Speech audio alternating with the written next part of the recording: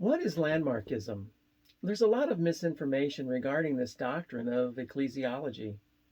Most landmark churches have long departed from the original teachings of J.R. Graves and the landmarkers of the 19th century. Today, most landmark churches are neo-landmark and are teaching a false ecclesiology that is really just building a hierarchy. Landmarkers are accused of teaching church succession or apostolic succession, like a chain link succession all the way back to Christ. This is neo-landmarkism. Graves taught no such doctrine. What then did he teach?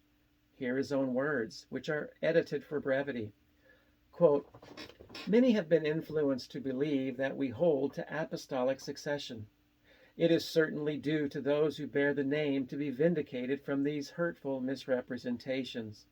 I think it is no act of presumption in me to assume to know what I meant by the old landmarks, since I was the first man in Tennessee and the first editor on this continent who advocated them.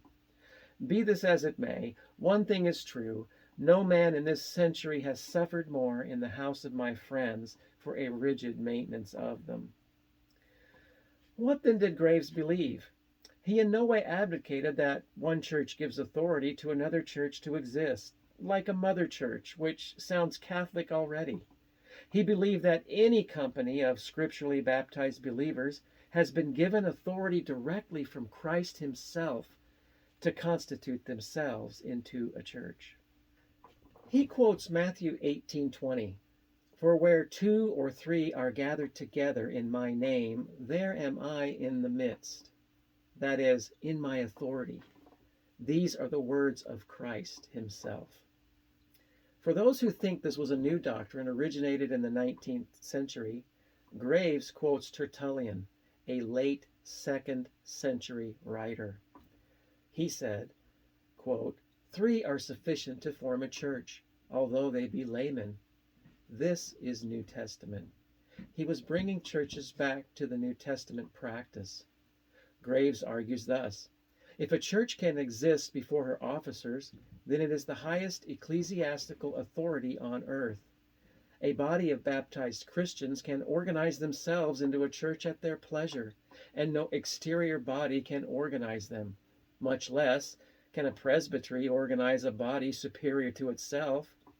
Can a stream rise higher than its source?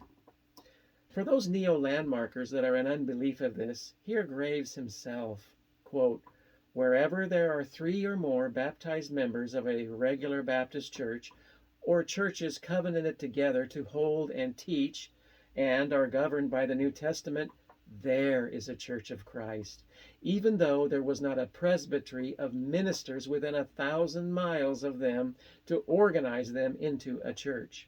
There is not the slightest need of a council of presbyters to organize a Baptist church." End quote.